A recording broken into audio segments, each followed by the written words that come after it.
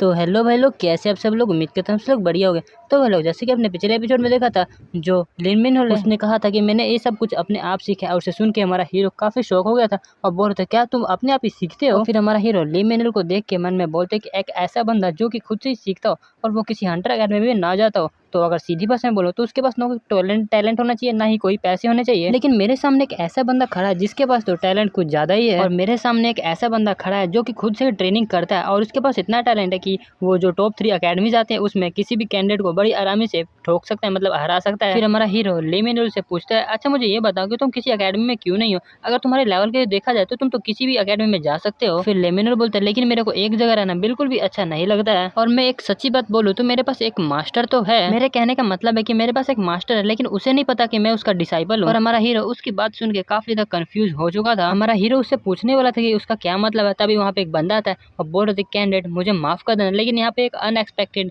जो प्रॉब्लम है वो आ चुकी है। जो भी वहाँ पे लोग थे उसको उसकी बात सुन के कुछ समझ नहीं आ रहा था, और जो ली मिनहोल होता है और हमारा हीरो दोनों ही मन में सोच रहे थे कि आखिरकार ये प्रॉब्लम क्या होगी। वो बंदा बता रहा होता है कि जो एग्जाम के जजेस हैं वो यहाँ पर नहीं आ पाएंगे क्योंकि यहाँ पर कुछ प्रॉब्लम आ चुकी थी। फिर गैंगचुल उस बंदे से पूछता है क्या तुम्हारे कहने का क्या मतलब है। फिर वो बंदा बताने लगता है कि जो हंटरमैन अकेडमी के लेक्चरर है और जो यहाँ पर जजेस के तौर पे आए थे वो यहाँ से चले गए क्योंकि अचानक से जो डंजन ब्रेक है वो हो चुका था, और अनफॉर्चुनेटली वो डंजन ब्रेक 10 स्टार का था तो उन्हें तो जाना ही पड़ गया। फिर गैंगचुल के एक बगल में एक बंदा खड़ा होता है, वो बोल रहे थे अच्छा तो अब मॉक एग्जाम का क्या होगा। फिर वो बंदा बता रहा था कि हमें डिसीजन लेने के लिए एक मीटिंग लेना पड़ेगा और उस मीटिंग में थोड़ा टाइम लग सकता है तो मुझे माफ करना। फिर जो गैंगचुल होता है वो मन में बोल रहे थे कि मेरे ख्याल से इन सब के पीछे और कोई नहीं बल्कि ऑर्डर ऑफ ट्रूथ होगा। मेरे को ये नहीं पता कि उन्होंने कैसे करवाया, लेकिन मुझे कंफर्म है कि ये उन्होंने ही किया है। लेकिन सबसे बड़ी प्रॉब्लम तो ये है कि जो मॉक एग्जाम अब काफी ज्यादा प्रॉब्लम में आ चुका है। अगर ऐसा ही चलते रहा तो जो किम सियोजून है उसको बिना कुछ स्ट्रगल किए विनर बन जाएगा। फिर गैंगचुल उस बंदे को बताता है कि क्या तुम टेस्टिंग मेथड को चेंज करना चाहते हो। फिर वो जो बंदा होता है वो बोलता है क्या टेस्टिंग मेथड। फिर जो गैंगचुल होता है उसको समझाते हुए बोल रहे थे कि हाँ क्योंकि जो अगला जो सब्जेक्ट है वो तो पर्सनल कॉम्बैट का है ना, तो जैसे हम टूर्नामेंट में हुआ था जो फाइट हुआ था जिस तरह से हम इसमें भी तो ऐसा करवा सकते हैं। और फिर वहाँ के बंदे बोल रहे थे कि हाँ ये इतना बुरा भी नहीं है। फिर वो बंदा बता रहा है जो तुम कह रहे हो वो तो मतलब सेंस तो बना रहा है लेकिन ये थोड़ा डिफिकल्ट लग रहा है। यहाँ पर काफी ज्यादा पार्टिसिपेंट है जो कि हंटरमैन अकेडमी में मॉक एग्जाम को देने के लिए आया, तो इसमें काफी ज्यादा टाइम लग सकता है। और सबसे बड़ी बात तो ये है कि अगर हम ऐसी मेथड को यूज करेंगे तो सबसे बड़ी प्रॉब्लम ये होगी कि हम पर्सनली सबको कितना कितना स्कोर देंगे, और ये काफी अच्छा होगा कि हम थोड़ी देर इंतजार कर लें जब तक एग्जामिनर आ नहीं जाते हैं। फिर जो गैंगस्टर होता है वो बोलते हैं कि लेकिन जो एग्जामिनर है हम वहाँ पे ए रैंक हंटर भी तो बुला सकते हैं क्योंकि ए रैंक हंटर भी तो एक तरह से एग्जामिनर बन ही सकता है, और तो और वैसे भी हम ऐसे हाथ पे हाथ धर के बैठे तो नहीं रह सकते हैं ना। और पीछे से लेनमो भी मन में बोलते कि हाँ वैसे इसका सेंस तो बना रहा है। फिर वो जो बंदा होता है वो बोलता है लेकिन फिर भी हम ऐसे तो नहीं कर सकते हैं। फिर जो गैंगचुल होता है वो बोलता है तो ठीक है हम दूसरे मेथड मतलब जो इवेंट फॉर्मेट का मेथड है हम उसका इस्तेमाल कर सकते हैं, जिसमें कि जो पार्टिसिपेंट होगा वो खुद रिक्वेस्ट करेगा पार्टिसिपेट करने के लिए। फिर वो बंदा होता है बोलते क्या इवेंट फॉर्मेट से। फिर जो गैंगचुल होता है वो बताते हैं उसको कह रहा होता है कि हाँ क्योंकि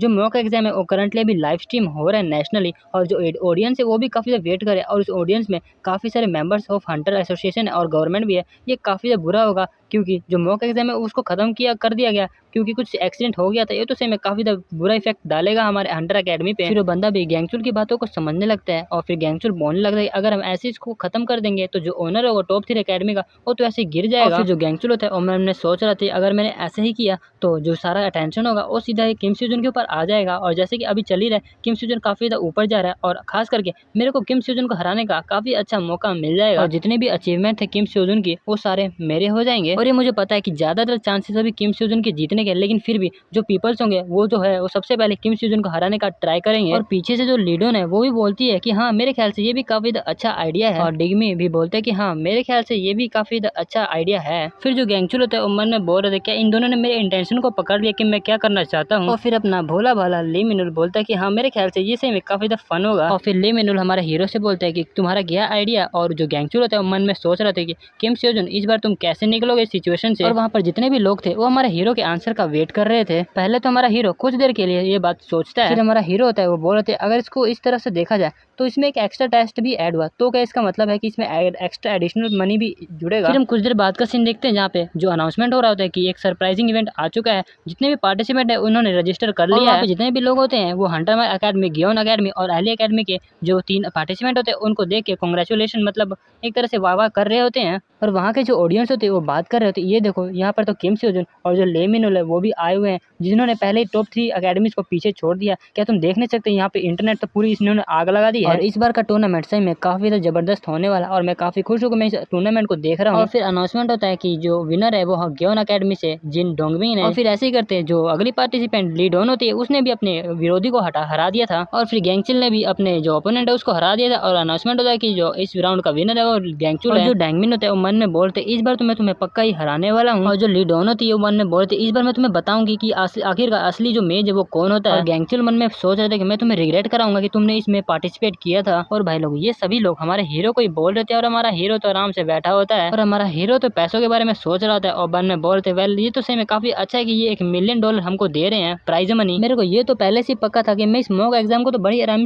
से जीत जाऊंगा, लेकिन अगर इन्होंने जो इवेंट है वो दे के और भी अच्छा कि अब इसका जो प्राइस है वो $2 मिलियन है। अब इसकी मदद से मैं सारे लेक्चर्स को कंप्लीट कर पाऊंगा और जब मेरे पास 2 मिलियन आ जाएंगे तो सबसे पहले जो 5 लाख है उसका मैं फ्री पास ले लूंगा और उसके बाद मेरे पास 1.5 मिलियन बचेगा। तो जैसे कि मेरे को मेंटर ने रिकमेंड किया था 2 क्लास से, एक जो क्लास था वो 2 मिलियन का था और दूसरा क्लास 2.5 मिलियन का था, तो मैं कम से कम एक क्लास को तो ले लूंगा और वैसे भी मैं इस इवेंट को तो जीत ही जाऊंगा बड़ी आसानी से। वैसे मैं सच बोलूं तो मेरे को गैंगचुल, डियोमिन और डियोन के बारे में चिंता करने की कोई भी जरूरत नहीं है। मैं उन तीनों से हारने वाला तो नहीं हूँ, लेकिन बस एक ही पर्सन है जो कि मेरे को काफी चिंता में डाल रहा है और वो एक ही पर्सन है जो कि मेरे ख्याल से थोड़ा टफ ओपोनेंट हो सकता है। और हमारा हीरो और किसी को नहीं बल्कि ली मिनल को देख के कह रहा था और हमारा हीरो मन में बोल रहे थे भले तुम ये कहते हो कि तुम इन सारे वेपन को ऐसी साइड में इस्तेमाल करते हो, लेकिन कॉमन सेंस के हिसाब से देखा जाए तो तुम कम से कम 3 वेपन को इस्तेमाल कर सकते हो, मतलब ज्यादा से ज्यादा। लेकिन ज्यादा तो हमें एक ही वेपन में फोकस करना चाहिए। लेकिन जैसा कि मैंने इसके पीछे देखा है इसके पास पूरे 8 अलग अलग तरह के वेपन है, तो इसका मतलब ये है कि ये सारों को यूज कर सकता है। और तभी हम देखते हैं कि जो ली मिनल होता है वो अपने ओपोनेंट पे काफी सारे जो एरो होता है वो शूट कर देता है और फिर हम देखते हैं कि वो बंदा उन सारे जो बोझ होता है उनको डिफ्लेक्ट कर देता है और बोलता है यार ये क्या है, मेरे को पहले लगा था इसका मेन वेपन स्वॉर्ड है लेकिन ये तो बो निकला। और फिर वो यही बोल के काफी स्पीड से ली मिनल के पास पहुंच जाता है और फिर वो ली मिनल पे अटैक करते हुए बोल रहा था कि तुम्हें क्या लगा था कि मैं बस ऐसे ही आराम से बैठे रहूंगा। लेकिन हम देखते हैं कि ली मिनल अपना बो नीचे फेंक देता है और फिर काफी अजीब सी हंसी देने लगता है और फिर हम देखते हैं कि ली मिनल ने अपने जो स्वॉर्ड होता है उसको निकाल लिया होता है और उसके अटैक को ब्लॉक कर दिया होता है और फिर उसको पीछे धक्का दे देता है। और फिर उस फाइटिंग को देख के हमारा हीरो थोड़ा शॉक हो जाता है और मन में बोल रहा था यार मेरे को जहाँ तक लगता है जो फाइटिंग होती है थोड़ी क्रूल टाइप की होती है, जैसा कि जो गैंगचुल है, डोंगमिन है या फिर जो डियोन है उनकी फाइटिंग मतलब एक तरह से एक फॉर्म में होती है, लेकिन इसकी फाइटिंग तो अलग अलग फॉर्म में है। ये तो कुछ भी फ्री है, कुछ भी इस्तेमाल करने के लिए। और अगर इसको देख के मैं सीधी भाषा में बोलूँ तो ये एक ऐसी फाइटिंग स्टाइल है जो कि कोई नॉर्मल हंटर तो इसको नहीं बता सकता। ये बिल्कुल ऐसा ही है जैसा कि मैं हूँ। क्या ऐसा हो सकता है कि ये भी ट्रांजिशन अकेडमी में कैंडिडेट हो जैसा कि मैं हूँ? फिर हमारे हीरो को मेंटर की बात याद आ रही होती है, जहाँ पे जो मेंटर होता है उसने कहा था कि किसी भी एक डायमेंशन से कम 4 बंदे पार्टिसिपेट कर सकते हैं। और फिर हमारा हीरो बोलते कि मैं ये नहीं कह सकता कि सिर्फ अर्थ में एक ही बंदा कैंडिडेट हो सकता है ट्रांजिशन अकेडमी में, ऐसी पॉसिबिलिटी है कि अर्थ से और कोई बंदे भी आ सकते हैं। फिर उसे ली मिनल की बात याद आई तो जहाँ पे उसने कहा था कि मेरे पास एक मास्टर तो है लेकिन उसे पता नहीं है कि मैं डिसाइपल हूँ। फिर हमारा हीरो मन में सोचता है कि और तो वैसे भी जो लेक्चरर है उसे उन्हें नहीं पता है कि वो किसको सिखा रहे और इसका जो बात है वो एक सेंस बनाता है। और फिर हम देखते हैं कि अनाउंसमेंट होता है कि जो विनर है वो ली मिनल है। और हमारा हीरो मन में बोल रहे थे ऑफ कोर्स यहाँ पे काफी हायर पॉसिबिलिटीज है कि ये ट्रांजिशन अकेडमी से कैंडिडेट हो सकता है, लेकिन फिर भी मेरे को इसे एक बार बातचीत करके कुछ क्लियरिफाई तो करना पड़ेगा ना। और फिर अनाउंसर अनाउंसमेंट करता है कि जैसा कि हमें सेकंड प्लेस वाले बंदे से उम्मीद था उसने इस फाइट को बड़ी आसानी से जीत लिया। ये वैसे मैच तो काफी अजीब सा था लेकिन सही में काफी अच्छा भी था, तो मैं नेक्स्ट मैच को अनाउंसमेंट करने वाला हूँ। और फिर अनाउंसर अनाउंसमेंट करते कि मेरे ख्याल से इस मैच का जो लोग है वो काफी ज्यादा इंतजार कर रहे थे और जो वहाँ के ऑडियंस थे वो भी काफी ज्यादा सस्पेंस से भर जाते हैं और उसके आगे बोलने का इंतजार कर रहे होते हैं। तो मैं उस कॉन्टेस्टेंट का नाम लेने वाला जिसको की मैजिक सेंट के अप्रेंटिस से भी एक्नॉलेज किया है। कोरिया का जो फ्यूचर है वो काफी ब्राइट है मेजिस में, क्योंकि ये इस यहाँ पर अभी एग्जिस्ट करती है और ये और कोई नहीं बल्कि एलए एकेडमी से ली डुआन होती है। और फिर अनाउंसमेंट काफी जोश में आके बोलता है और इसका ओपोनेंट